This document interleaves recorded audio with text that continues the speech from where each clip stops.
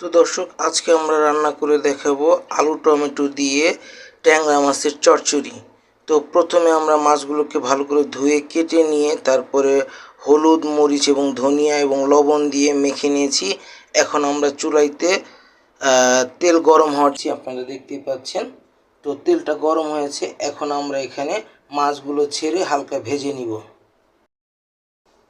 তো দর্শক, আপনারা দেখতে পাচ্ছেন মাছগুলোকে আমরা হালকা মশলা দিয়ে মেখে এখন যেহেতু চুলায় দিয়ে দিয়েছি, এটা ভাজা হচ্ছে। তো আমরা এখন এই পর্যায়ে একটু ঢেকে দিব।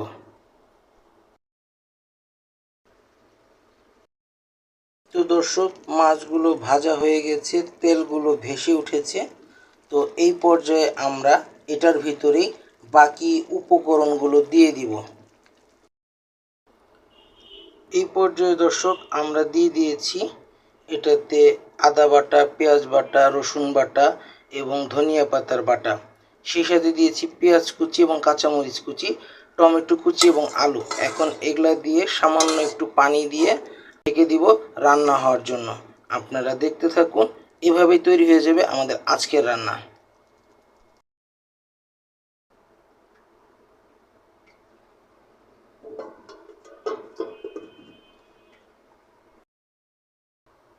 তো দর্শক, আমরা এখন উঠিয়ে দেখতে পাচ্ছি যে আমাদের রান্নাটি হয়ে গেছে। তো আজকে আমরা তৈরি করে দেখালাম আলু টমেটো দিয়ে ট্যাংরা মাছের চচ্চড়ি। তো এই রান্নাটা আপনারা বাসায় ট্রাই করবেন এবং কমেন্ট সেকশনে জানাবেন খেতে কীরকম লাগলো। তো দেখা হচ্ছে নতুন খাবারের পর্ব নিয়ে।